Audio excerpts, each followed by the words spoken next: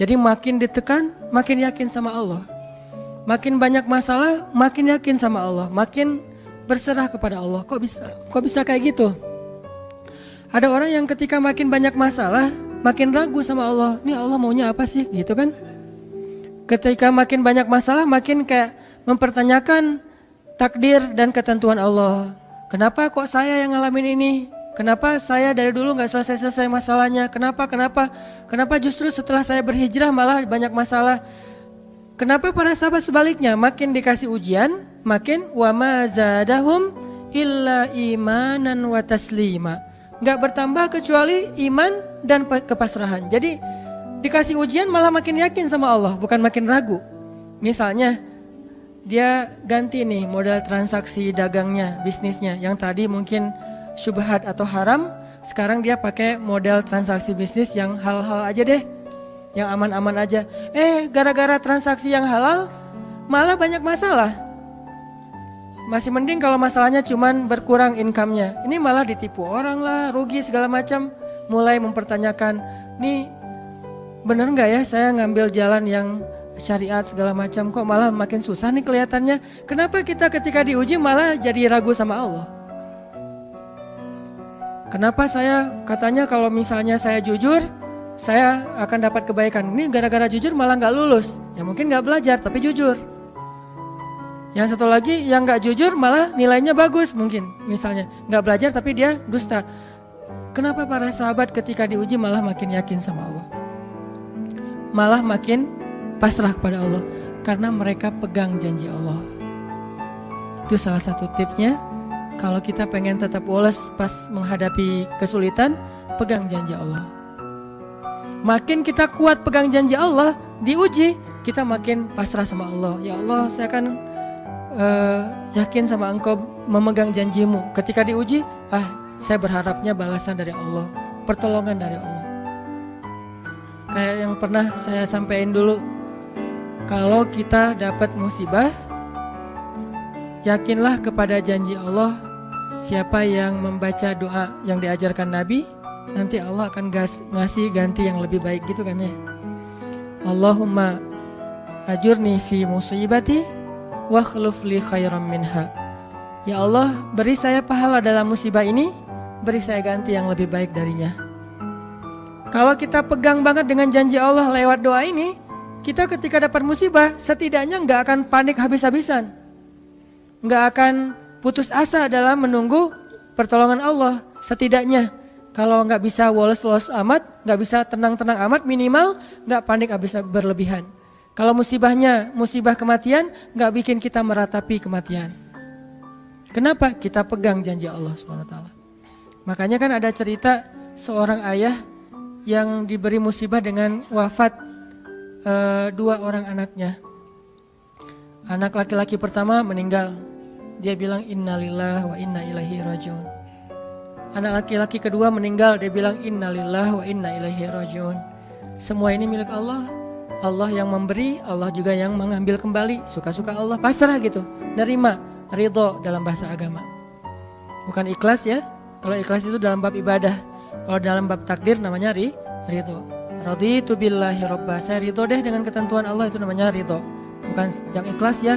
Ikhlas apaan? Orang gak lagi ibadah kan? Lagi ada musibah. Jadi bukan yang ikhlas ya, bukan. Tapi yang ridho ya. Kalau mau lebih tepat nih. Tapi gak apa-apa deh, pakai bahasa kita aja. Tapi kalau mau lebih tepat maknanya, yang ridho ya, sing ridho ya gitu. Bukan sing ikhlas. Karena ikhlas itu ibadah ritual. Nah, dia ridho tuh. Innalillahi wa inna ilaihi rajiun. Innalillahi wa inna ilaihi rajiun. Yang ketiga meninggal juga. Dan dia mulai agak ragu nih. Kok gini-gini amat ya.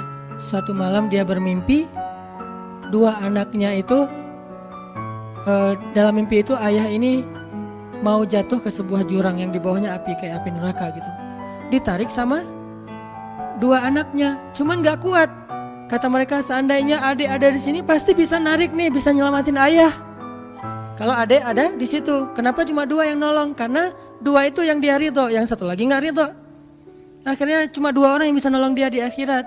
Bangun dari mimpi dia sadar, oh ternyata justru Allah pengen nolong dia di akhirat dengan musibah itu.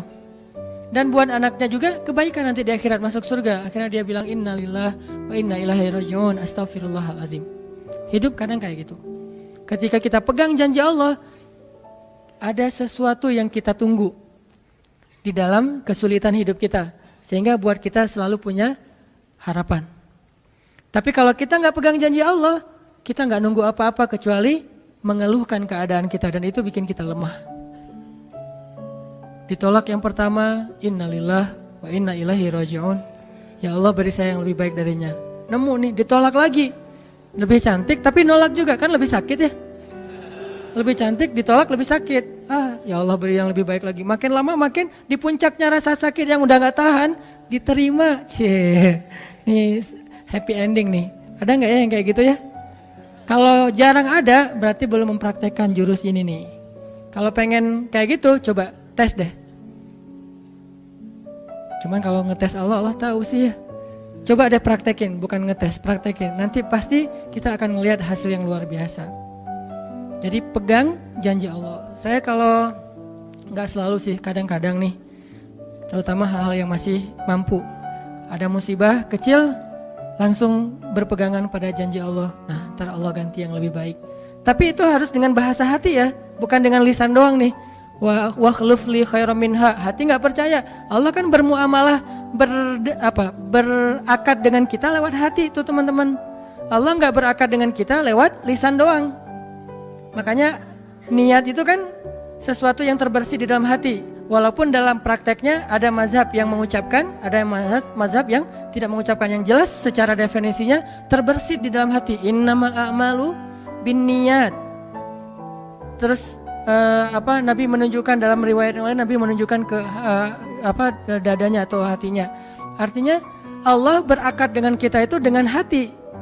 Jadi kita kalau mau ditolong Allah, katakan kalimat itu dengan benar-benar yakin di hati kita. Wa khluf li khairam minha. Emang yakin saya Allah bisa ganti nih. Yakin.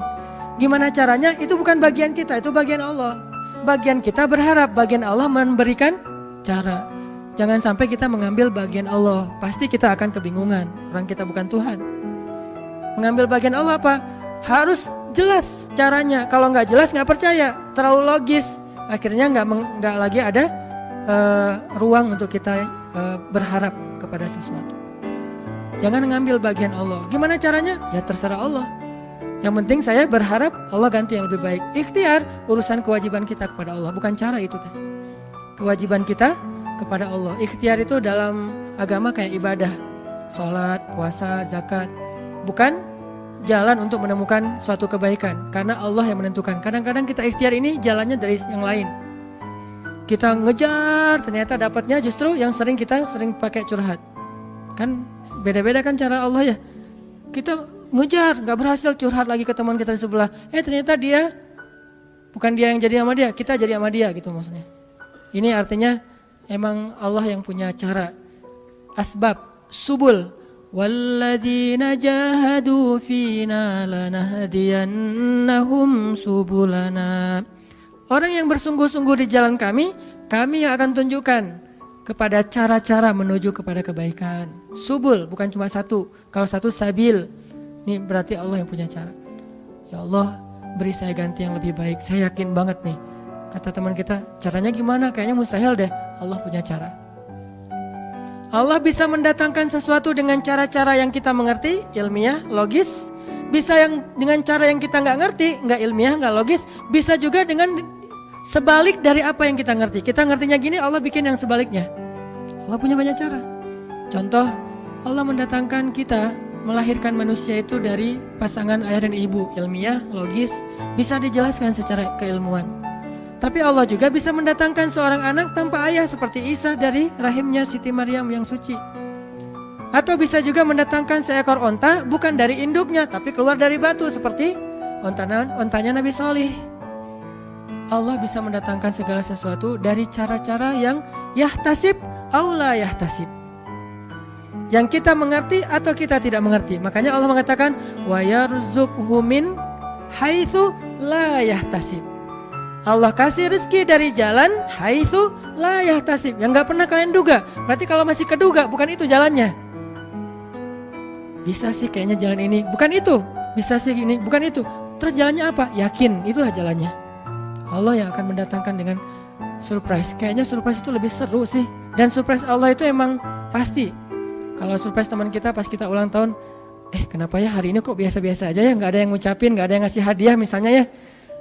Kita masih berharap, mungkin mereka pengen ngasih surprise. Nanti malam-malam tiba-tiba saya masuk ke rumah, saya buka pintu rumah saya, tiba-tiba orang udah ngumpul semua di dalam rumah, terus ngasih surprise happy birthday gitu, balon segala macam, gitu-gitu deh.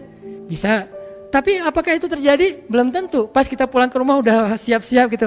Gua mah gak akan kaget lah, yang gitu-gitu pasti udah disiapin. Buka pintu, ngelihat ke dalam, jalan pelan-pelan, nyalain lampu, kosong, gak ada siapa-siapa. Manusia bisa gitu banget kan? Teman kita atau pasangan kita berpikir, pasti dia ingat lah, gak mungkin. Dia gak ingat hari jadian kita atau hari putus kita terus jadian lagi. Atau hari lahir lah minimal. Pasti dia ingat, tapi belum tentu dia bisa ngasih kita surprise seperti yang kita harapin. Kalaupun dia ngasih surprise, kadang-kadang kado atau hadiahnya itu gak seperti yang kita harapin. Biasa-biasa aja ternyata, mungkin dia lagi nipis keuangannya, gak punya modal apa-apa, ya udah ngasih apa yang ada aja, pulpen, permen. Nah, Allah gak gitu. Allah kalau ngasih surprise itu benar-benar ngasih dan buat kita benar-benar ngerasa beruntung kalau kita percaya. Makanya berakatlah dengan Allah lewat hati. Hadza ma wa'adanallahu wa rasuluh wa sadaqallahu wa rasuluh. Benarlah Allah dan Rasul.